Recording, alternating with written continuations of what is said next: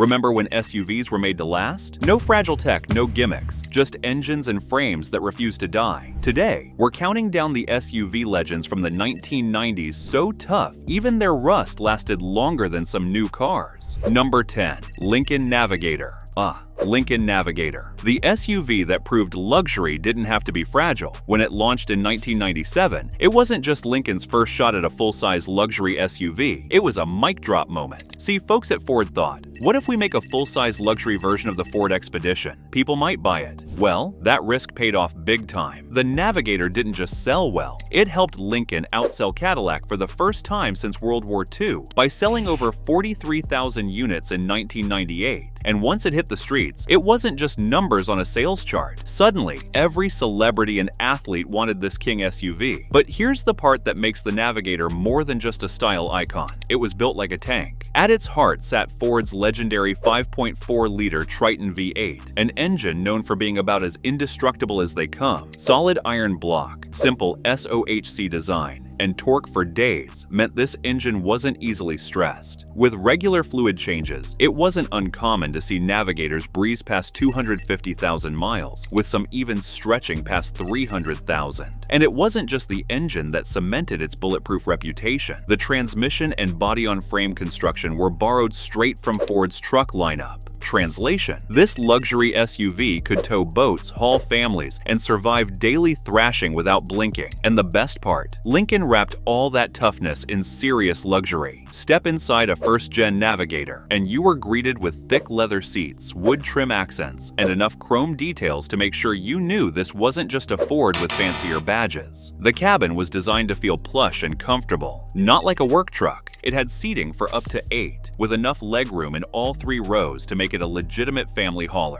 Number 9. Nissan Patrol. Did you know the Nissan Patrol once won its diesel category in the grueling 1987 Dakar Rally? By the time the 90s rolled around, that reputation carried over. This wasn't just another SUV for mall parking lots, it was the truck people trusted when the road disappeared. From the outside, the Patrol looked like something a kid would draw if you asked them to sketch a car. Boxy, upright, and about as stylish as a filing cabinet on wheels. But here's the twist. That blocky shape wasn't laziness, it was deliberate. With nearly 9 inches of ground clearance and approach angles that could make a mountain nervous, this thing was a true off-roader. It was designed to crawl up cliffs, slog through rivers, and still get you to work on Monday. Step inside and the vibe doesn't change. Luxury? Please. This wasn't the place for wood trim and DVD players. This was the place for practicality. The interior was more steel-toe work boots than Italian loafers. Simple, hard-wearing, and just comfortable enough to keep you going. But while the cabin kept things simple,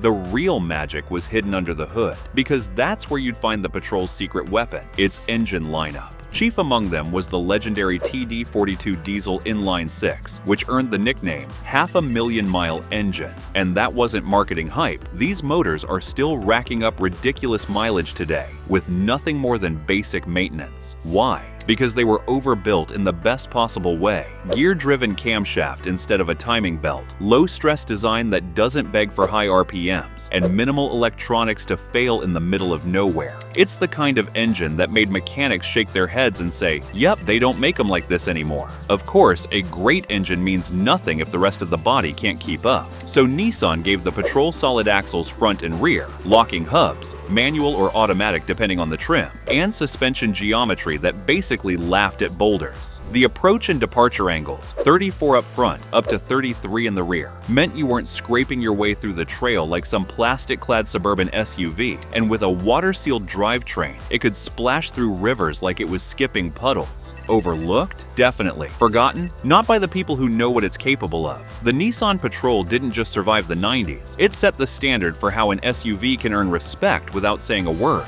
Number 8. Mercury Mountaineer. The Mercury Mountaineer is what happens when your parents buy you the same toy as your sibling, but in a different color and insist, no, this one's special. Underneath the badge, this SUV was basically a Ford Explorer in a slightly shinier suit.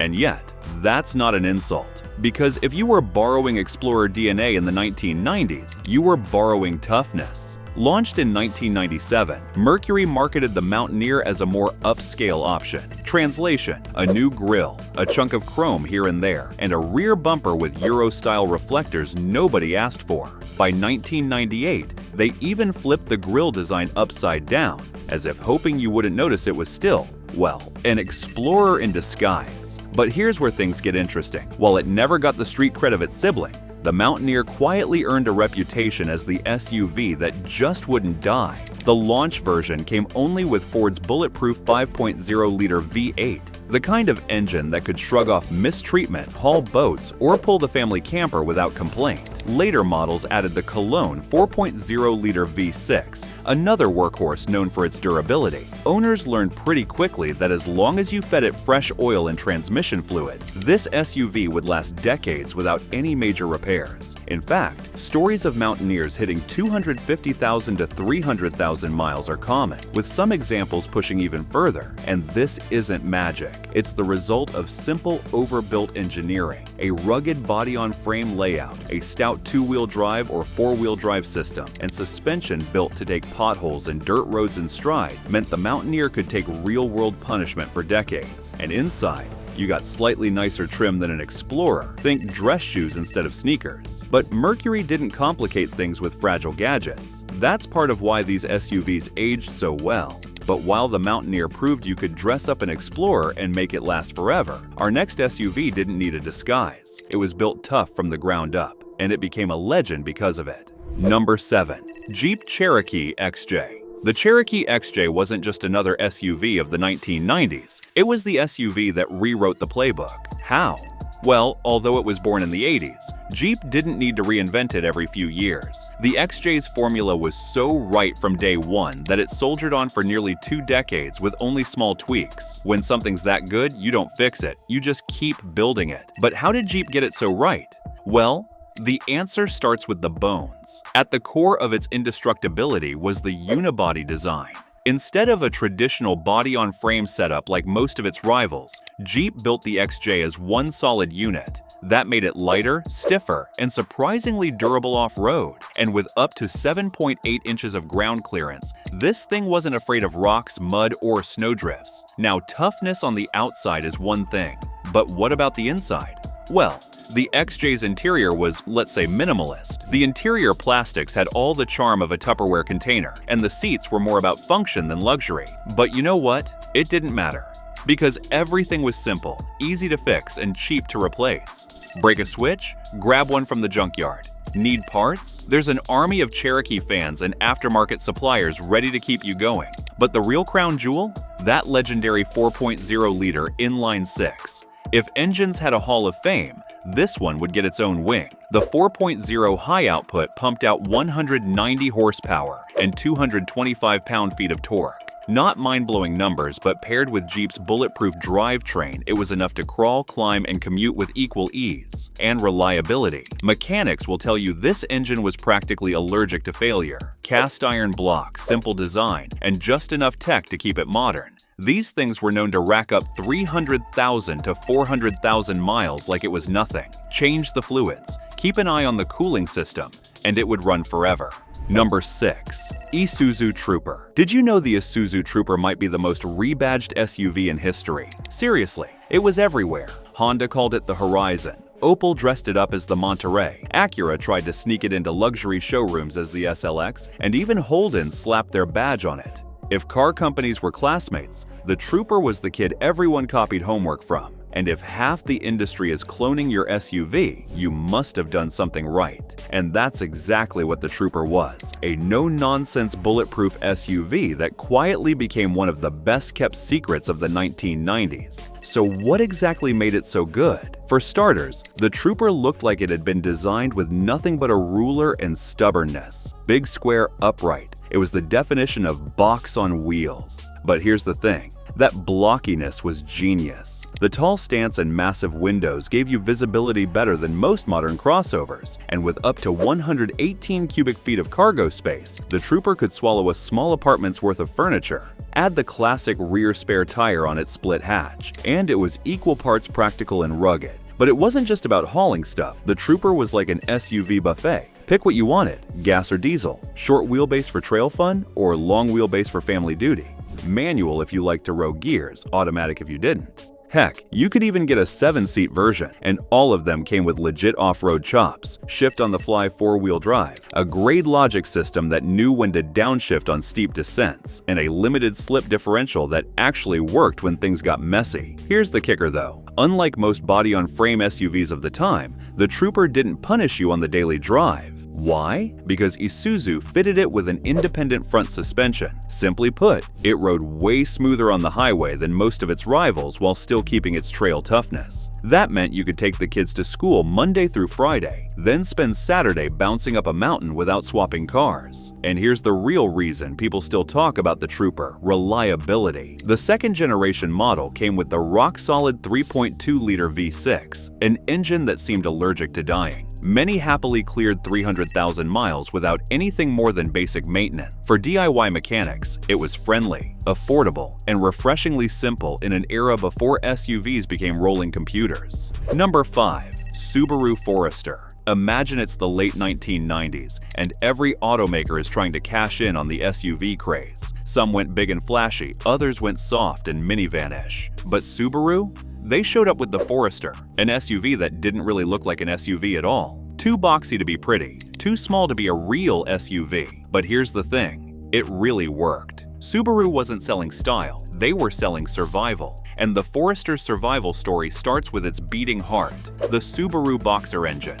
Instead of the typical inline-4 or V6 you found in most competitors, Subaru stuck to their quirky flat-4 design. By laying the cylinders horizontally, the engine sat low in the bay, which meant the Forester handled better than most SUVs of the time. No top-heavy rollovers, no SUV sway on highway curves. It drove more like a car, but still had the practicality of an SUV. And because it was a relatively simple, naturally aspirated design, it was less stressed, less complicated, and easier to keep running for decades. Now, let's address the elephant in the room, the head gasket issue. Anyone who's ever owned or shopped for an old Subaru has heard the horror stories. Yes, early Foresters, especially those with the 2.5-liter EJ25 engine, were prone to blowing head gaskets like clockwork.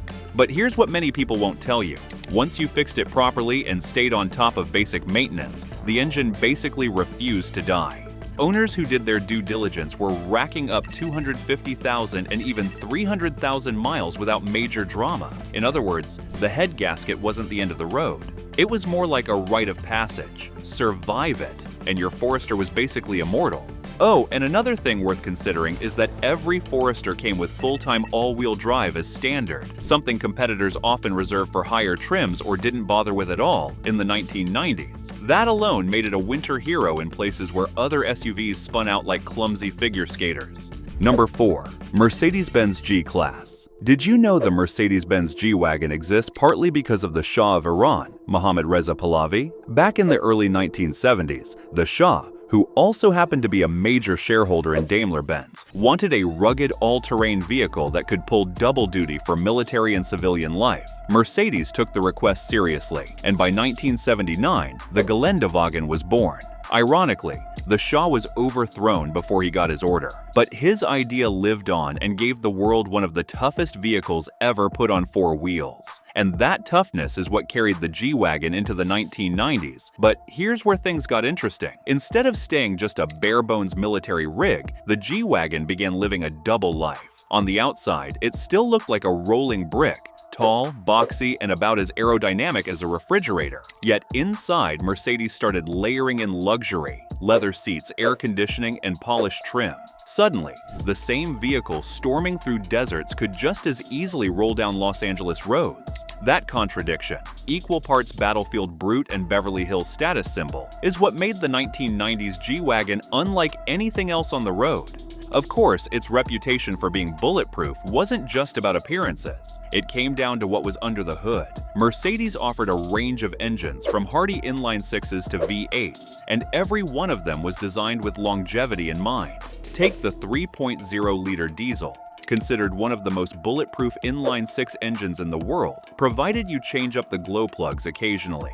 It was slow, but capable of clocking 400,000 miles with nothing more than regular oil changes. Or the 4.0-liter V8, a workhorse that didn't rely on turbos, fancy electronics, or fragile gimmicks. And then there was the equally over-engineered drivetrain, the part that truly separated the G-Wagon from softer SUVs of the 1990s. Full-time four-wheel drive, 3 locking differentials, and a ladder frame chassis meant you could drive one across a war zone and still make it home in time for dinner. Solid axles front and rear weren't glamorous, but they were indestructible. Mercedes didn't cut corners. They built the thing like they were preparing for the apocalypse. Before we reveal the final 3, don't forget to hit the like button and comment below which classic SUV from the 1990s you love the most. Number 3. Chevrolet Suburban. It's hard to argue that the 1990s Chevy Suburban was the family car icon of its era. Back then, if you had a big family, a big trailer, or just a big ego, the Suburban was your golden ticket.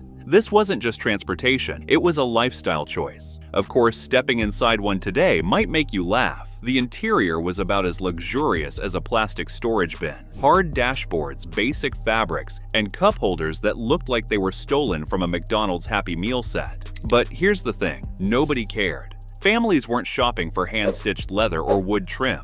They wanted space, and the Suburban gave it in spades. 3 rows of usable seating meant mom, dad, 4 kids, the family dog, and half the soccer team could all pile in without complaints. Behind that, enough cargo room to pack a month's worth of groceries or a family vacation's worth of luggage. It wasn't glamorous, but it was practical in the best way possible. Now, practicality is great, but longevity is what made the Suburban legendary, and that reputation came from what was under the hood. The heart of this tank-like SUV was the 5.7-liter V8 small block, an engine so tough it practically laughed at the idea of retirement. No turbos to fail, no hybrid systems to complicate repairs, no quirky cylinder deactivation gimmicks, just old-school displacement designed to run forever with little more than oil, coolant, and regular fluids. Owners regularly saw these engines clock 200,000, 300,000, even 400,000 miles, all while towing campers, boats, and trailers the entire way. That's why mechanics loved them. Simple, accessible, and built to take belting like a champ. Sure, fuel economy was terrible. 12 miles per gallon on a good day wasn't exactly winning any environmental awards. But here's the thing, families didn't buy Suburbans for savings at the pump. They bought them because they wanted peace of mind. Number 2. Toyota Land Cruiser. Ask a mechanic to explain the Toyota Land Cruiser in 2 words, and they'll probably smirk and say insanely reliable. That's the reputation, not just in the US, not just in Japan, but globally. And the 1990s 80 series, that's the model that cemented the legend.